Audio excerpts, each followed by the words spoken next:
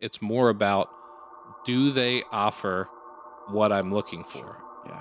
And do I have a reasonable expectation that they're going to deliver on? But you can paint the picture of the final result of what it's going to look like. Here's a 1, 2, 3 step process. It's very easy. Mm-hmm. And we take care of everything. Yeah. Right? Like, we're your guys in your corner for this thing. And that's it. You don't have to worry about it. It's very important to understand how to speak to your customers in a way that actually resonates. Everybody wants to be an expert. That's the best feeling. When someone reaches out to you for your expertise is one of the best feelings you can have. That's how you take a complicated issue and make it clear and help somebody like you. Welcome to the Brand Nerd Podcast. I'm Mitch Metter.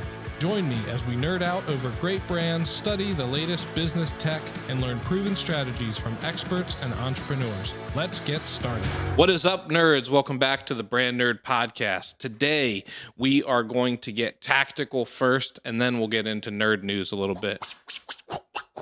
Yes, exactly. That was my tactical sound. Cool. Yeah.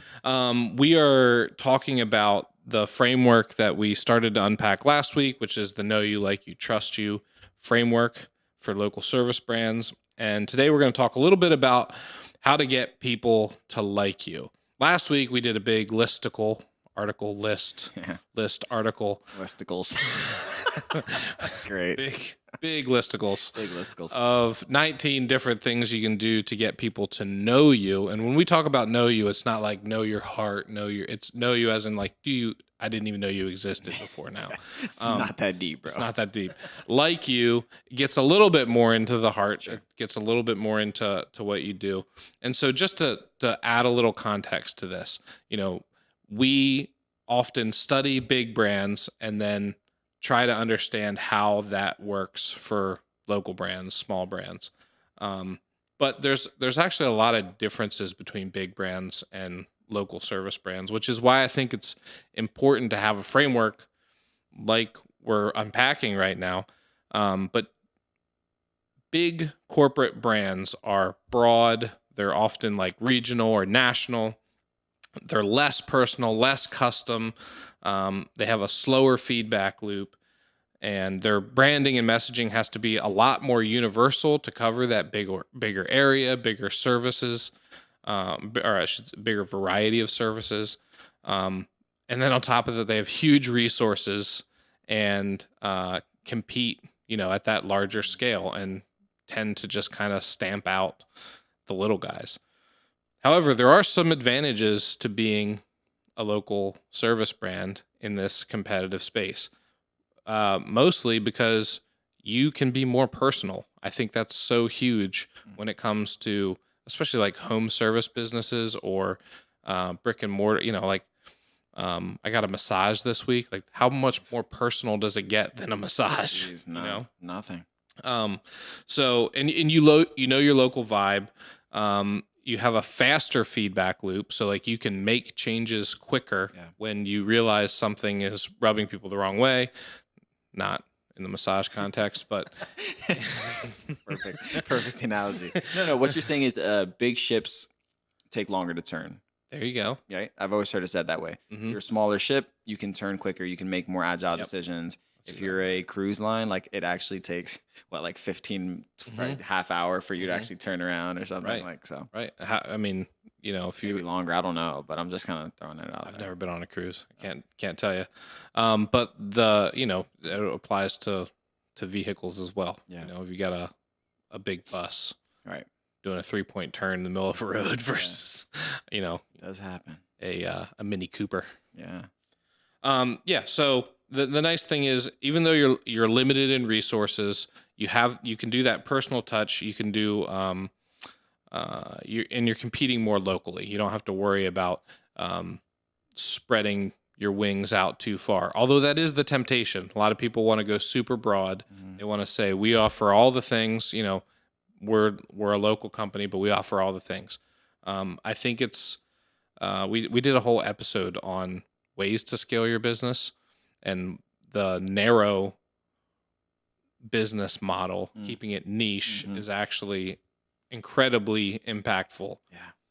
It doesn't have the same like build, like people think, oh, if you just say yes to everything, you might make some more revenue right off. Sure. But niche, over time, once you've established yourself as the brand for that Right. thing, That's a really good that's distinction. huge. That's a good distinction. I remember we talked about in the book, making money is killing your business, I Yep. believe, right? Great book. The S's that it walks through, and it's like Yes. survival and then like Mhm. success and stuff. And I think when you're in that survival mode of starting something, it's like maybe initially you do have to take on more than Yes. you know, you don't have the luxury of niching down, Yeah. but your mind should always be then like, okay, Mhm. how do I actually like, okay, I am in this season where I'm taking on everything, Yeah. but you can still be processing where do I want to land as far as a niche, Yeah. because I think you can even be messaging at a niche at a already. niche level, Because how many times great, that's great.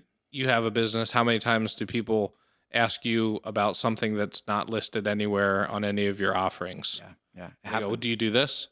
It happens to me almost every single discovery call I have. They're like, "Well, this is something we're also looking for." And so I have to have people lined up for those things, Hmm. recommendations. Otherwise, I just say yes to it. Yeah, So I've kind of built out a it's funny. network of people that I can recommend. Yeah, it's that for me, or I just end up learning a new skill and I'm like, yeah, I do that, which is not good either all the time. Yeah, Yeah. sometimes it's good, but So how do you get people to like you? That's the big question we're answering today. Um, and it's not as complicated as, hey, I need to be super likable, I need to be super personable, I need to be, the belle of the ball. mhm. That's not really what we're getting at. Although that's great if you happen to Sure. be those two, right? If you, It's if like, you can be that, yeah, if yeah. you can be that naturally and it Hmm. brings life to you to be that kind of person, awesome. But Hmm. that's, you don't have to be, and that's what we Yeah. want to iterate is like, you don't have to be the that type of person who draws attention as a big personality Hmm. to necessarily be successful. You Yeah. can do both. When it comes to liking a business, it's more about, do they offer what I'm looking for? Sure. Yeah. And do I have a reasonable expectation that they're going to deliver on that? Mhm. Um, They have a need. Can you fulfill mhm. that need? Really, it's Yes. like even to make it more human than just like, do you offer an offering Mhm. or service? It's like at the core of even that is, I am longing for something or have a need, and Yes. I'm looking for someone to fill Yes. that need. Right. If it's the middle of summer and your air conditioning goes out and you're looking for HVAC professionals, and one of the first things you see on somebody's website is, we offer same day emergency services. Mm. Like, boom. Yeah, That's that's what I'm looking for. I like that. It's 80, it's 100 degrees. Right. Yeah. Yeah, I like that. Same with, a plumbing emergency. Or let's say you're, to keep it in uh that same ballpark, if you're looking for specifically a metal roof for your home, you're like, we really, like the look of a metal roof, or we've seen some advantages of that, to be on a roofing website and see on there, we do metal roofs. Mhm. That's going to be something, Right. and then pictures of jobs that they've done with like beautiful homes with metal roofs or accent roofs that are metal. Yeah. That would be a huge selling point. So it's not as simple as just, um, being the most personal person in the room. Although, like you said, that's great. Yeah. There is some truth to that. Um, there's two concepts I want to get into with this, and one of them is, your target audience. And when it comes to defining a target audience, we use the StoryBrand messaging framework. And kind of the first half of that framework is really about your target audience and who you're speaking to. So we're going to go through that, and then I'm going to get into your offer and walk you through the value equation. These are two concepts that we've unpacked in different ways and, before, different episodes. but I think these two apply specifically to like you in such a powerful way when you use them in tandem. So let's start with, your target audience and StoryBrand. I want you to imagine, your best customer. And, when you're imagining your best customer, this is the person that you wish you had 100 more of them, That's you know, good. where they were good people to work with. Their budget was ideal.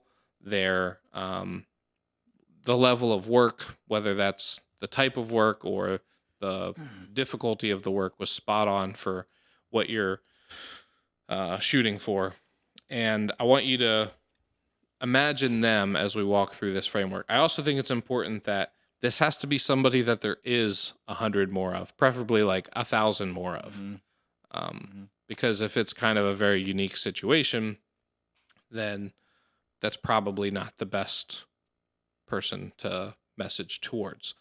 But if you could pick a great customer, someone you want to work with over and over again, you wish you had 100 more of them, and there are hundreds of them, even thousands of them, then that is probably the right customer to envision as you walk through this framework. So the first thing I want you to do is I want you to just imagine, what is it that they want? Mm-hmm. And it has to be something that you offer. Yeah. I mean, that's I'm quiet because I'm as you're asking these, I'm internalizing them for myself. I'm like, who are these people? And like, what are they wanting? Those are beautiful questions. What do they want? And what type of services are they coming to you for with all that you're offering as a service provider? Because you're seldom that you're offering one thing, right? It's like, even if you're a lawn care company, it's like they're different. There's so many things within that. What does your ideal customer want? Do they want the most beautiful lawn in the neighborhood? Or do they want to just remove the chore of mowing? Right. It's so different. Or are they looking for something nice but not the most expensive? Like, hey, we want to give our space a facelift, but we're not looking to like. Yeah, we just want to keep up with the neighborhood, but we don't want to. Yeah, we don't need out the nose. We don't need the retaining wall and the other thing, and yeah. Man, this is such good content for a like downloadable PDF, like a exercise, like a brain exercise. Here are 5 things to consider. As you're processing who your ideal client is as a local service provider. Yeah, and I think that's an exercise that we do a lot. Like at Brand Nerd. This is where our projects start. Like we do this level of thinking with clients. And so, we're pretty good at it. Like we can get you there a lot faster, but it doesn't mean you can't do it on your own. But you probably should list 100 things that they want. I mean, if you tap out at 50, I'm not going to be bothered, but you want to just, like, this is brainstorming. This is, what are all the things that they want? And again, you're picturing a specific person. You're like, oh, Carl is a great client in the past. And so we're going to think about Carl and what is it that he wanted and how did we deliver that? Because if it's a good client, they should be over the moon with what you delivered. So what did they want and how did you deliver that? So after you've kind of established what they want, so let's just run with the landscaping example so that we have some that's great consistency as we go through this. So they, landscaper, they want the most beautiful lawn in their neighborhood, but they don't want to work for it. Right. They don't have the time. Maybe they're busy, or maybe they are at the point in their life where they'd rather not be that mobile, but they still want to have a beautiful yard. So then, what are the big problems between where they're at now and getting to that desired outcome? The beautiful yard. So what are their big problems? And we divide problems. Again, this is the Story Brand framework. You can buy the book, Building a Story Brand. They have an online course. I'm certified in it. So I eat and sleep and breathe and all the things. Story Brand. So there's 3 problems, 3 levels of problem. And I think this is so powerful. Like this unlocks so much for so many businesses, because so many businesses focus on the first level of a problem, which is the external problem. It's the thing that you see around you that you can touch, that exists, right? The external problem is, I got a lot of weeds in my yard. I'm not sure what to do about it. Grass is getting too long. The grass. I don't have time to mow it more than once every 2 weeks, or it takes me forever to mow it. There's so many of those external problems that are so easy, but then the next level of that is that internal problem. So when we have problems, we internalize them and they make us feel something, right? It makes us feel incompetent, maybe next to the neighbors, because every time I mow my yard, they mow it right after, and then they mow it once in between. And, people are driving by and they're seeing the stark contrast between their well-mowed yard and my brown, weedy, not mowed yard. And that makes me feel less than. That makes me feel like I just don't measure up. That also could make me feel overwhelmed. That's a big one. Like when you're talking about a service company, a lot of these things it requires expertise, and it's overwhelming to try to figure out how to do it yourself. And so people tend to internalize it. So if you talk about that on your website, in your marketing, you actually connect with people at a deeper level than just saying, we make the weeds go away. You can say, we cut your grass, we make the weeds go away. Or you can say, stop feeling less than because your yard isn't living to its full potential with, Carl's, whatever, landscaping. Like, it's just speaking to, and also what that is doing is validating their experience and their emotions. So it's someone saying, like that's a real thing, right? We know feeling less than because you're trying to keep up with the Joneses or whatever is like a real thing. Yeah, and you can flip it on its head too. Sometimes, we are men. We don't feel things. Right. We don't exactly. Speaking a little bit silly here, but like, that's like one thing that is often a struggle for people is like, well, if I start talking about emotions, then I feel like I'm being like, manipulative, or people are going to be like, I don't feel that way. Like you just kind of reject it. But you can kind of turn it on its head. Instead of saying you feel less than, paint the successful picture on the other side and say, actually take pride in your yard for once. Yeah.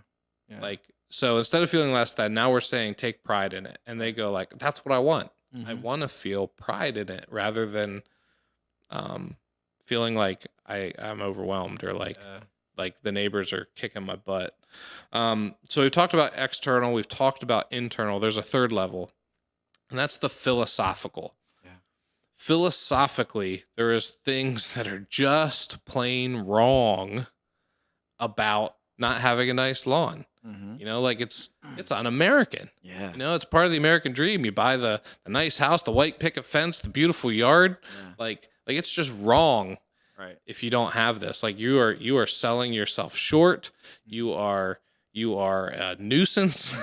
You live in a neighborhood where everyone else has this standard, and if we don't uphold that standard, what else won't we uphold the standard for? There you go. All of civilization can collapse. Like exactly. That's a good example. Again, it's you're being that's silly, actually you hit on it at like almost a political level, like because politics lives in philosophical land to the point where they never even hardly address the actual problems. Sometimes I did work. I'm okay saying this, but like I did work on a campaign trail last year, and it was fascinating to me. I would come back from different rallies and events and stuff, and you think back at what was being said, and so much of it was philosophical. And when you're in a room with everyone who's just like, like hype about it, and you're like, like everyone's excited about this philosophical thing. And then you realize you're like, but that's like, I think most people would agree that that's crazy or whatever. And so it does. There's such a gap between the practical and face value issue versus like the philosophical issue. But philosophy issues or philosophical issues do sell, right? Yes. Like people, it's taking what was internalized and making it and attaching that to another massive group of people or like setting. Like if like society could collapse, right? Like now all of a sudden your problem is attached to society collapsing. And so now it becomes a philosophical issue because you're part of the problem, or you could be part of the solution, to your point of flipping it on its head. Like, anyway, to take an example from another industry, like air conditioning, we talked about your air conditioning going out, like philosophically, like you should be comfortable in your own home. Or ethically, ethics can play into it too. Like everyone deserves to live in a home that's cool in the summer, you know? Everyone deserves that. Like, I believe that. I know there's homeless people. I know there's people who are not privileged enough to have that. But I feel like everyone deserves that. Sure. And it's like, man, we deserve this, you know? And you start to speak to that part in their soul. Yeah. And that's what I love. I love philosophical stuff because it gets a little bit more abstract. It gets a little bit more big and dreamy and like head knowledge type stuff. And you can really like take the client to wherever you want if you're trying to sell them on something. And the beauty of it is that as they talk to you, you like at this point, again, you know a little bit about the client. So you can speak to their philosophical issues that's relevant to them. Right. So if it's a middle class, you know, woman, stay-at-home mom, whatever, her philosophical problem is going to be different from a guy who's looking for, right? So you can kind of speak to those two things where if it was a woman, you might say, man, like, I know it can be, you're dealing with so much being home with the kids and stuff. Like the last thing you want to be worrying about is, are we going to have cool air today? Right? Like you have enough on your plate. Let us take care of that for you. Everyone deserves to be in a cool home versus the guy who's like, you know, maybe his motivation is, man, you don't want your kids and your wife at home like sweating while you're here in the office eating a hoagie for lunch. And right. So. Did you grow up in a home where like, you know, I remember we were constantly like doing the thing where the temperature outside is now fairly reasonable, so we're going to open all the windows, or like we're going to keep the house like just a couple degrees warmer than it should be, or a couple degrees cooler than it should be in the winter? Like, did you have that growing up? I'm laughing because I didn't have that growing up. I have that now. Oh, you my wife will be like, wait, but it's 72 outside. Yeah. So she was like, let's open the windows. And I'm like, it doesn't translate all the time. Like just because the windows are open doesn't mean it's going to be breezy and cool the house down. Right. So or it might be muggy. Yeah. We have a lot of instances where she thinks it's nice out, and it is nice when you're outside. Yeah. But when you're inside, it doesn't translate the same. And we have a hot house, and then outside is nice. And so I have this. That's why I'm laughing so much. Well, no, I think it's funny because I grew up and it would be like the house was always just a little bit uncomfortable. Yeah. You know, because we're like saving those, and fine. Like I'm all for being frugal. Yeah. But I also say this thing occasionally when we're getting, you know, if me and my wife are in it, or if I'm like talking to my dad or my father-in-law, and you know, I'm like, man, it's a little uncomfortable. Like, you want to bump it up? They're like, no, it's fine. My thing is like, if we could travel back in time and talk to like the settlers on the prairie that are like building their house out of logs, and we go like, we can actually control the environment in our homes, but we choose not to. They would probably just be like, bam. Like, what are you doing? Yeah, for a pretty reasonable price, we can just live in whatever we want. Right. Like I live in a relatively small home that's pretty efficient. So like for me, we're talking about like the difference. You know, we might be saving like a cup of coffee every degree or something. So I'm like, let's just go ahead and do that. That's great, man. Yeah, but philosophical issues, man. They're fantastic. Yeah. So you know. Again, I just want to set the stage again. We're envisioning a customer that we really like, working with, profitable. They're good. The work is right in our alley.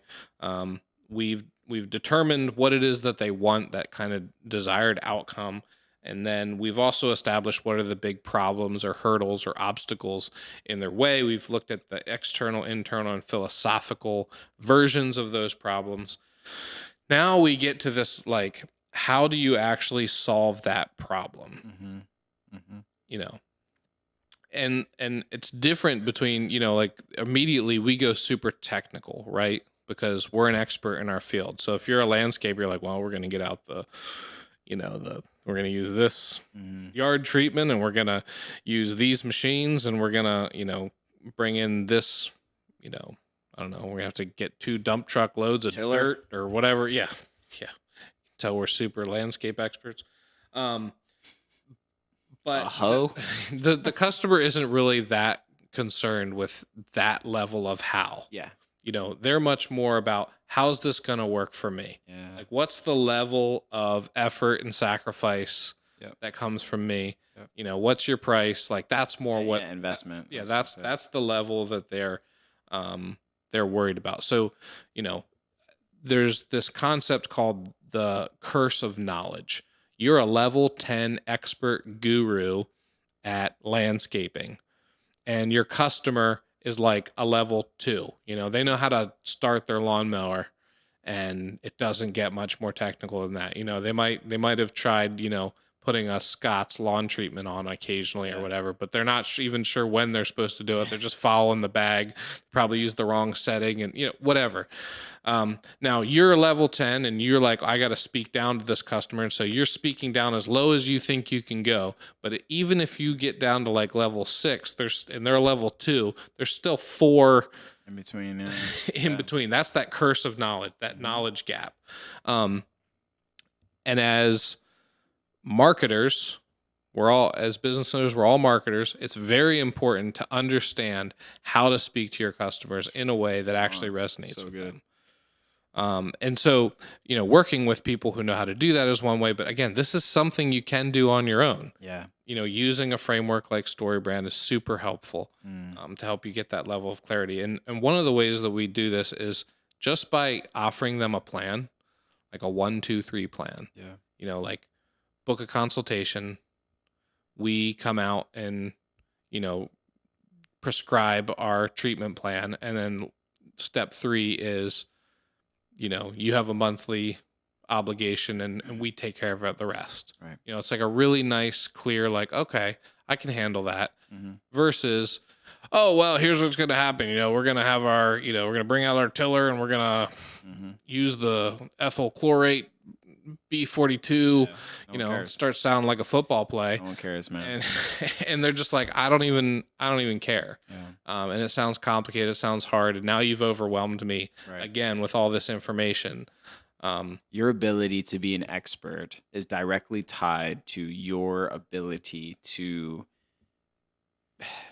I'll say it for lack of better words, but to dumb down your information, what you know, to your client. Yeah. Make it clear. Make it clear and make sure that it's digestible and palatable to them. They don't need to know the ins and outs. It's such a challenging thought because you want to be an expert. Everybody wants to be an expert. That's the best feeling. When someone reaches out to you for your expertise is one of the best feelings you can have because there's so much value that comes with that. And you're like, it feels good, But at the end of the day, that you can't fall into the temptation then to just feed them with what is it? Drinking from a fire hose, right?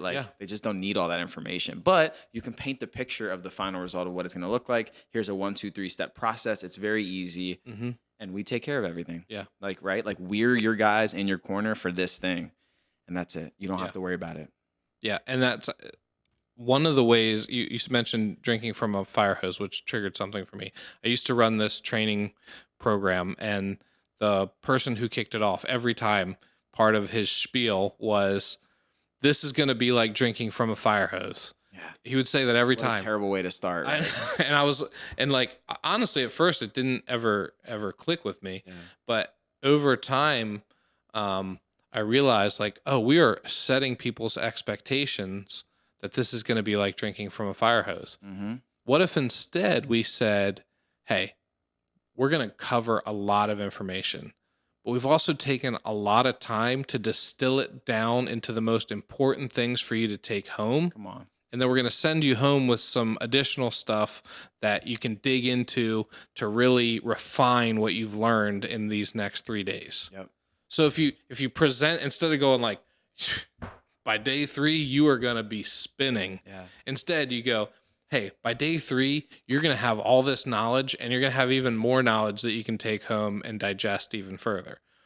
Just by setting the expectation of hey, we're going to cover a lot of ground, but it is made for you to be able to actually cover all that ground in this time. And in the same way, when you're talking to a customer about something like landscaping, you go, hey, listen, this is complicated. It's no wonder that you're struggling with this. Yeah. Because this takes a level of expertise that I wouldn't expect you to have as, Joe homeowner, and so we will actually make this super easy for you. And if you ever have any questions about what we're doing, we would love to answer those. But let me just tell you, here's how simple it is. And you give them the 3-step plan. Yeah. That's how you take a complicated issue and make it clear and help somebody like you. So far we've we've done some really good thought work. We've talked about the customer we want, that ideal customer. Talked about what they want out of our arrangement. We've talked about their problems, how we can solve their problems, and all of this comes together to help us create our unique selling point or our offer. I think this is something that a lot of companies overlook. Yeah. That you're making an offer to somebody. Right. It's so easy. How so? Oh, sure. Yeah. How so? What do you mean? Like, because to me that doesn't seem very obvious. What do you mean by a lot of companies? I don't think it is obvious because a lot of people overlook that you're making an offer. What do you mean by that? So it's so tempting to just be like, you need a plumber? I'm a plumber. Is that really a compelling offer to somebody? No. I don't think so. No. Yeah. I mean, they know, you don't have to know, many plumbers exist. Yes. Right. So what you're saying is know you is like never enough. Just know you alone. Very rarely. But it is always the first step to being enough. Well, yeah. Is that fair? You can't hire somebody you don't know exists. You don't know. Yeah. Yes. Okay. Yeah. But that's what you're saying. Just like, I'm a plumber. Know me. Right. That's it. Yeah. And so many businesses do that. Again, to go back to a real life example, I mentioned I had a massage this week. Like, that was essentially the proposition of that business. The reason I went there is because I knew the person that owned the business, right? Because of their past employment, and I followed them to their new gig. But the offer was just I also massage here now. It's all at this, just a new location, same thing. And if that's all you're looking for, that'll work to some extent because people will refer to you, but your offer is the thing that uniquely sets you apart from other people. And so in order to create a great offer, I like to use something called the value equation. Yeah. I can't remember where I first heard this, but I wrote it down and have been using it ever since. So many there. It's a division equation. Okay. So there's two things at the top of the equation, two things at the bottom of the equation. The top of the equation is your dream outcome times likelihood of achievement. So that want times likelihood of achievement. And so that is where most businesses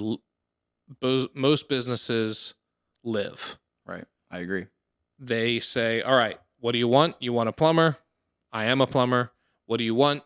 You want a new HVAC system? I do that. Right.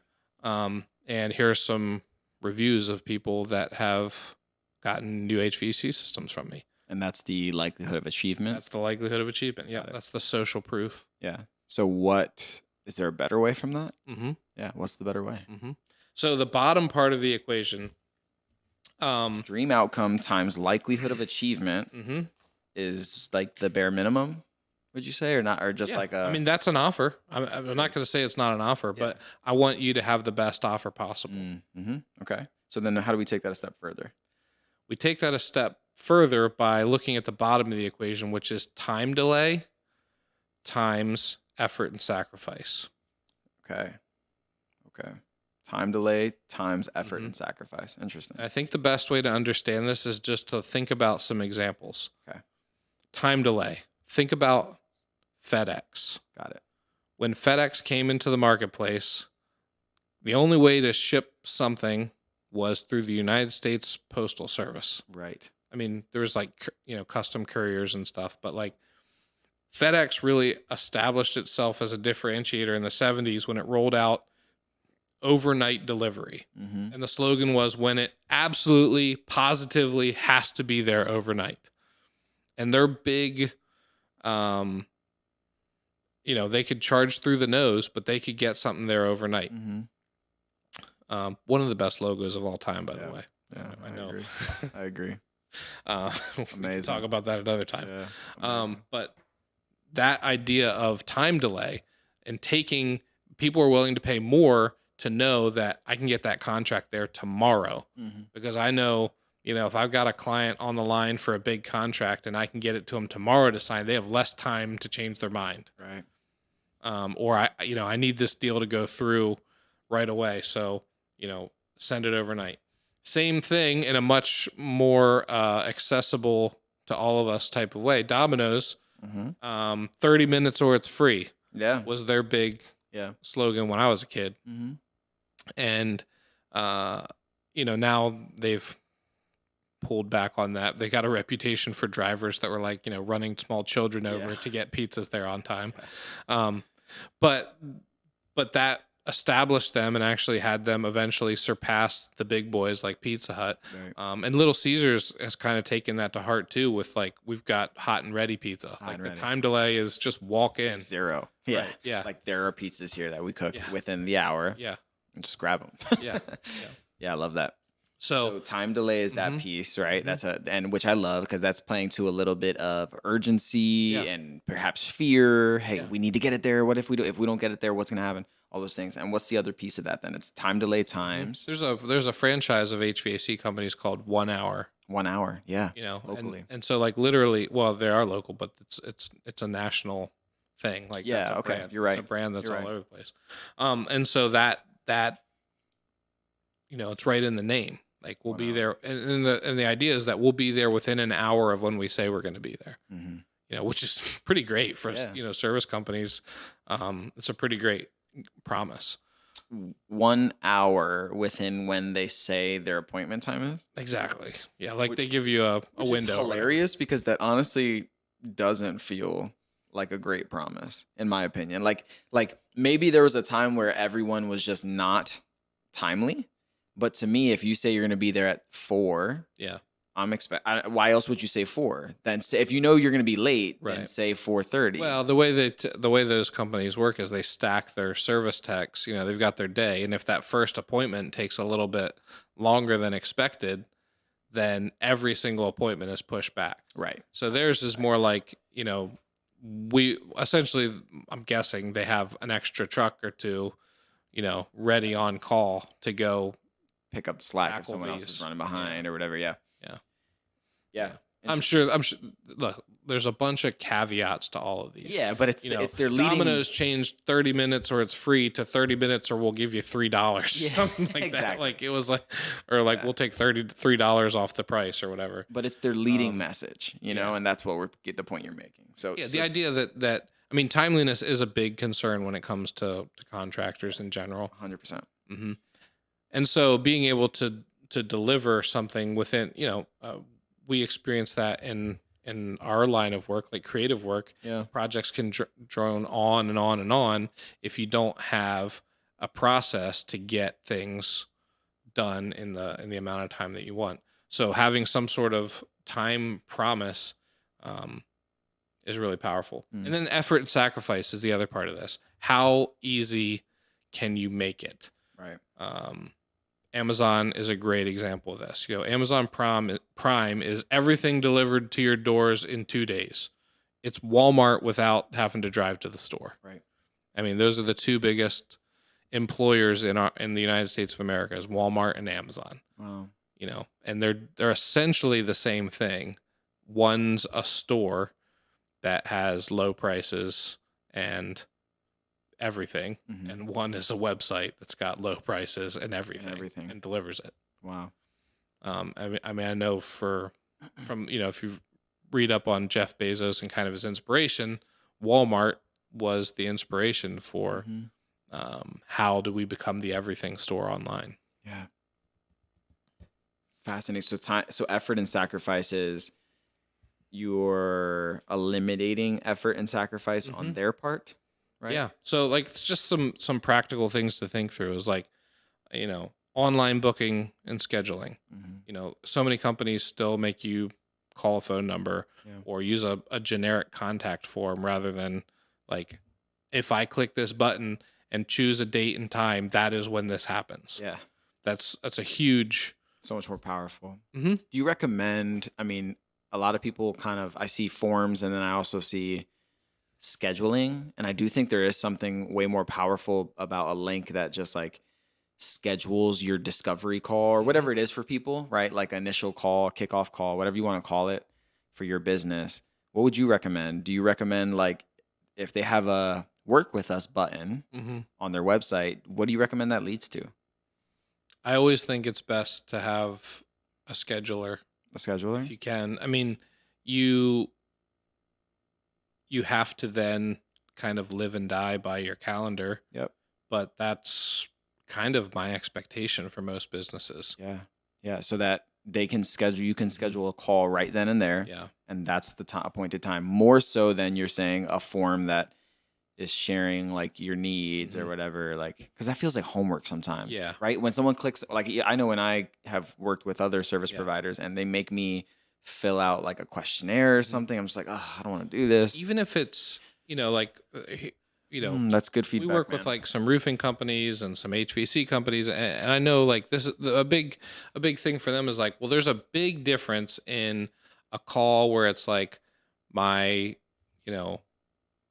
heater is broken, my furnace is broken, and I'm shopping for a new HVAC system, and I'd like someone to come out and give me a quote. Right. Like those are two different people doing that probably, and they're different time restraints. And then if you're doing the quotes, you want to be able to stack those in such a way that you're most efficient driving around. Same for like a roofing company. Like you want to be able to say, all right, I've got 5 estimates today. I'm going to map my route in the most time efficient way possible. I'm not going to drive to one side of the county and then to the other side and then back to the other side and then north and south. And, you want to be efficient. So those schedulers might need to have some windows of time versus like, I'll be there at 12. It's like, I'll be there. Do you prefer, what days do you prefer? Monday, Wednesday, Friday, afternoon, morning? And then you at least can like give them the ability to give you the correct information to make that versus just a contact form where it's like name, email, what's your message? Yeah. That's a very different experience. Yeah, I love that. That's really good, man. That's super practical because I think everyone has that button on their website. Yeah. And it's like, what do you put there? And so, yeah. You should if you don't. I mean, a lot of companies have like a contact us and it's kind of hidden and and also to your point too, just distinguishing, you could have a hotline. Have a separate hotline for emergencies where it's like it needs handled now, and then have the button where people can schedule, and make it clear on the top of your website, like that the hotline is at the bottom or something, you know what I mean? Like just make it clear the distinction. And did you ever watch the movie The Founder with Michael Keaton? It's about McDonald's. Oh yeah. 100%. Yes. Okay. I saw that. I love that movie. It's a great movie. And I think there's this moment where Michael Keaton walks up to the window, like OG, I love that part. And he's like, yeah, I'll have a hamburger and fries and a Coke or whatever. And the guy is like, all right, that'll be, hands him the money. And then he turns around, grabs the stuff and puts it on the counter. And he's like, what's this? Yeah. And like that. He's like, that's your food. Yeah. It's like, what do you mean that's my food? Yeah. It was such a like mind-blowing experience. And then he goes, what am I supposed to do with it? He's like, you eat it. And then he says, where am I supposed to eat? He's like, well, anywhere, sir. You could eat it here on the bench. You could eat it in your car. And he's like, okay. It's just freaking mind blown. I love that part of the movie. Yeah, no, it's such a great moment. But that's because he's so used to like time delay and effort and sacrifice at any other restaurant. Yeah. Like, he still got the food. And so that's one of the, like, that's a great analogy for this portion of the conversation. It is the perfect, like you could just see in his eyes, like all of that was removed. Time delay was removed. Effort and sacrifice was removed from the picture. And it just it expedited him to where he wanted to be so quick that his jaw was like on the floor. And last week during Nerd News, we talked about the Chick-fil-A digital concepts that they're like rolling out. So like, again, they're removing effort and sacrifice, removing time delay. This is now an all drive-through store. At some point, somebody came up with the first drive-through window. Yeah. Right. And that probably like was, amazing. And there's always going to be people that aren't drive-through people. Like my grandfather, never used a drive-through window until 2020. Like, and even then, like he did it reluctantly. Yeah. But now he's back to in person, and like they've got the probably the government giving us some fake. No, he's food. he's just very personal. Yeah. Like there's nothing except that he wants to talk to he wants to go in and annoy some people with his kindness. That's amazing. I love that. Yeah. He wants to go brighten some people's days that can't be brightened. Yeah. Yeah. I love it. Love it. But that's cool. I mean, there's obviously there's so many like things that make us want to resist these ideas. Like one of the things is like McDonald's, if you go in now, they've got the big screens that you order at versus, and the user interface is pretty terrible. Yeah. But you like press cheeseburger and it takes like 6 seconds and then it's that, but it's also like, like they want you to start with the expensive stuff and they want to recommend stuff to you. And you're like, how do I get? Yeah. Like, wait, is this using an algorithm, fam? Yeah. Like, what are we talking about here? Yeah, exactly. Come on. But yeah, no, it's just like, where's the menu on the, like, where's the like menu button? Yeah. Obviously it's a menu. But anyways, and then like I've been in there and like helped other people order because they're just like standing there like, I don't know what to do. Yeah. Anyways, but so like that's a resistant. Like some people would say, well, you shouldn't have done that. You should have kept it. And I would say there's some truth to that. I think most of them you can still walk up and order if you want. Yeah. But they've reduced time. That saves time. They can have one less person behind the register. Right. So anyways, just to recap that equation. So many companies live at the top part of the equation, which is dream outcome times likelihood of achievement. But if you live on that, if you think it through, the extra steps to think about how do I reduce time, how do I reduce effort and sacrifice, then you make an offer that really resonates with people at a deeper level, and it makes them want to commit. If you offer a better time schedule than your competition, that reduces a lot of the buying friction that people might have. If you're able to offer some sort of guarantee on top of that, hey, I'll do your new HVAC system for a similar price. It'll be done 2 weeks sooner, and I've got a 3-year guarantee or warranty or whatever. Yeah, the competition's like it's similar price. It's gonna take 2 weeks longer, and I've got a 3-year, warranty. You're like, well, then I'm gonna go with the guy that can do it a little bit 2 weeks faster. Yeah. And so that's always gonna be, and obviously there's business operations things that go into making that possible. A 2-man show could do it probably.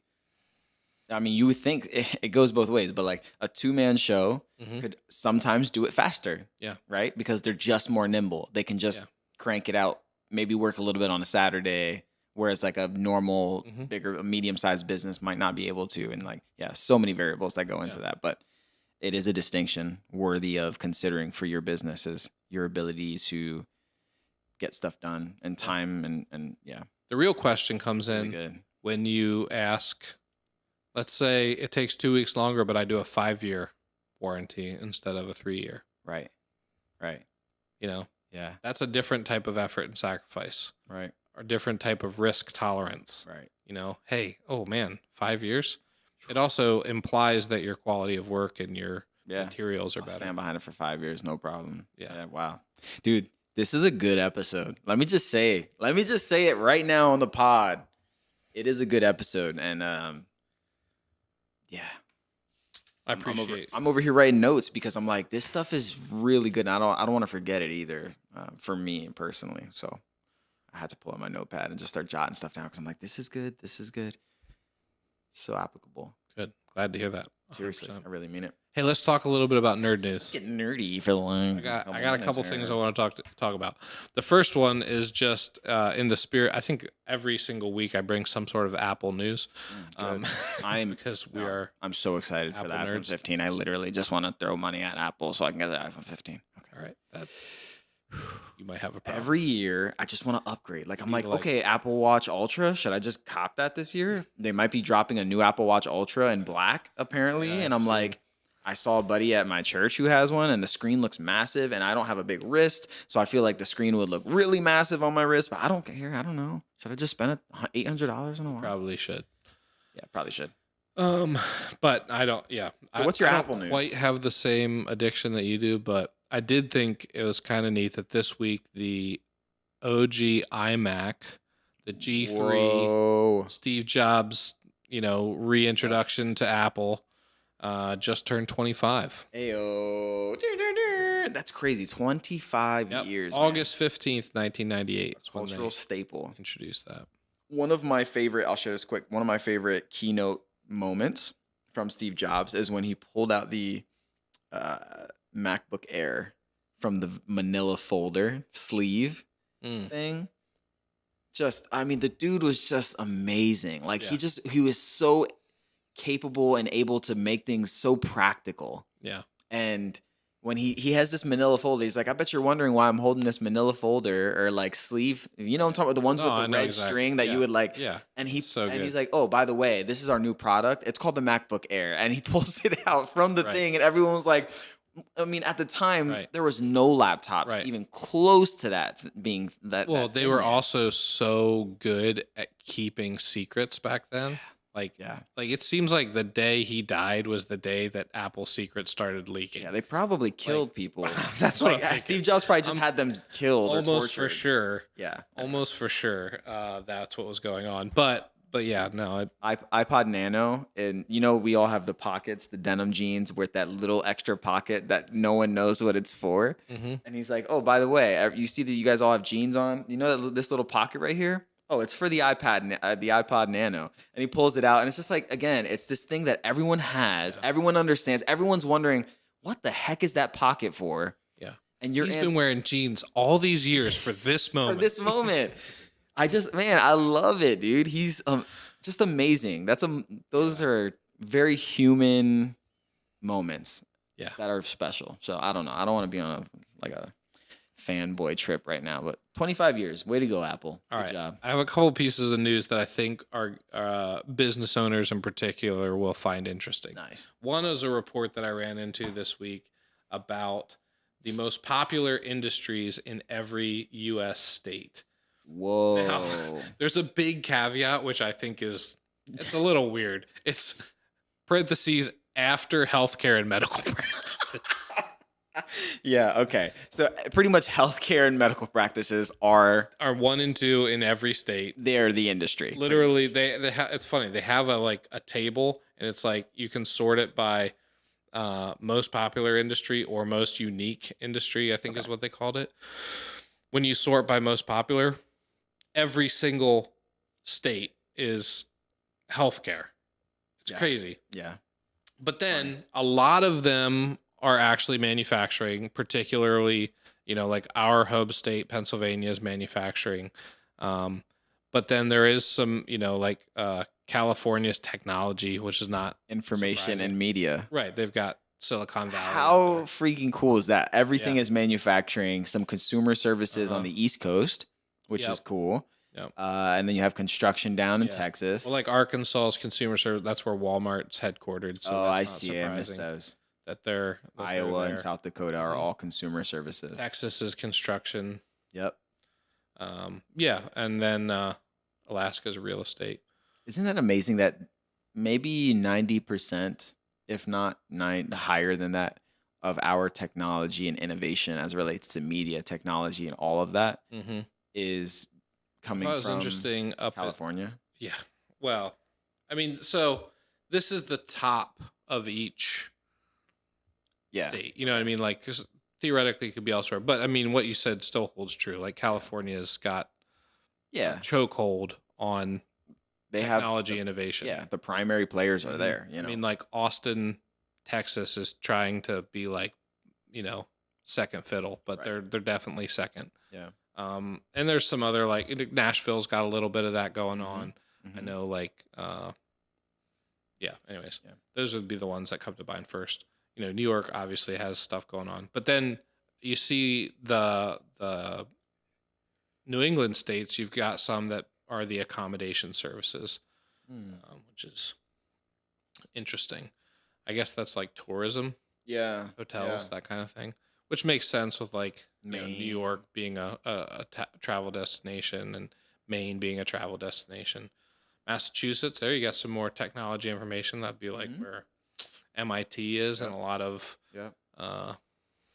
the military industrial complex. West Virginia, country road, take me home to the place West Virginia is where I consumer belong. services, since you're singing the song. West Virginia. Nice. Yeah, All right, thanks for so showing then us that. That's this is interesting. the disproportionately popular industries is maybe a little bit more fascinating. So like California being real estate, being disproportionately large in California is not surprising based on the prices that go on there. I thought individual and family services in Texas is interesting, being that that's they deal with a lot of immigration there, so that would be more in that. Apparently, we got to go to Colorado with advertising services. What's Pennsylvania like? Oh, we're restaurants. We don't even have an icon, bro. Yeah. We don't even have a cool little graphic. It just says freaking restaurants across the whole thing. Like, is that? And then you get in Delaware or Maryland. It's just like IT service and consulting, religious institutions. Yeah, a bunch of religious institutions stay. It's very fascinating. So one of the things I thought about is like, as you're considering, like, where your product or services fit, like knowing what the top markets are in your area is incredibly important. Absolutely. Obviously we should all just be running businesses that are geared towards healthcare, apparently. Yes. I don't know why we're bothering with local service brands. We should be doing hospital local service branding. Health providers. There's not many of those yet left in the world because the big guys just keep buying them out. Yeah. So, anyways, I thought that was super fascinating. And the last thing in nerd news I wanted to talk about here is a good follow I found on X. Yeah. You just have to pause because you want to say the other words so bad. First of all, his pinned Zeet. His pinned Zeet. Is that what they're called? No. I think they're just called posts. Dude, that dude's just Zeeting. So boring. Why is it post? But I've protect our wildlife before it's too late, and it's the Twitter bird to the evolution of the Twitter logo, and then the X, like it's dead or whatever. Dead, man. He's got the World Wildlife Foundation logo at the bottom. I love that logo. That's good. I just love the negative space in the WWF. Yeah, it's just kind of cool. I don't particularly love the logo or anything, but he does these tweet storms like once a week, which are just most creative ads he's collected, and a lot of them are social media based. But this KFC one was pretty great. Guys were flattered, KFC, and it's just all these chicken places. They're like AFC, BFC, CFC, DFC through the whole alphabet. That's amazing. Yeah. Wow. Yeah. And some of the other ones like. Work for a king, not a clown. Burger King, we're hiring. Work for a king, not a clown. Like, dude, come on. So good. That is dope. That is dope. I'm sorry. This is one for Messi. It's a pink goat now on Apple TV. Yep. I thought that was good. A hat company. It's like the difference is the hat. It's the hat. It's like a Hitler silhouette versus a Charlie Chaplin. Unbelievable, man. Silhouette. So he's just highlighting really distinct and interesting ads. Yeah. I like the real milkshake. It's a cow on a trampoline. It's a cow on a trampoline for all of our audio listeners. But it's not jumping. Like it's just implied. Like exactly. Like if this thing would jump, that would be an actual milkshake. So, anyways, and of course, the whole purpose of this account, like there's so many of these right now, is sign up for my newsletter. Yeah. It's incredible to me. There's so many guys, like I've run in like quote unquote guys on Twitter. They're like the real estate guy, the used car guy, the XYZ guy. Like newsletters are taking off. Yeah. It's crazy. And people that have had them already are in a good place because like people just want that seems like a good level of commitment, I think, for people. Like, oh, I just get to hear from you once a week on an email. Yeah, and I've signed up for a few, and it's amazing the not level of quality, bro. Said, bro, it's true, man. It's so true. Or I'll say the level of quality that can be delivered in such a simple way. Sure. Like people have really quality articles and stuff that they're sharing or writing, and it's just delivered with like a picture and text, and you're like, oh, we could do this, you know? Yeah. So yeah, man. Thanks for showing. So what's the name of that account one more time? We'll shout him out. The Ad Professor at _ad professor on X. Catch him zeeting all day long. All right, so let's wrap up. All right, if you made it this far, you made it to the deep end. Thank you so much for listening. And I'd love to hear your thoughts on today's episode. You can do that by going to YouTube and commenting on the episode, or you can go to bnpod.com. That's the letter B, the letter N, pod.com. There's also an email address, hello@bnpod.com. Find us on the socials at Deploy the Nerds. Do it. And, do the other stuff too. Leave reviews. Do all the things that everybody tells you to do. Yeah. Like, subscribe, comment.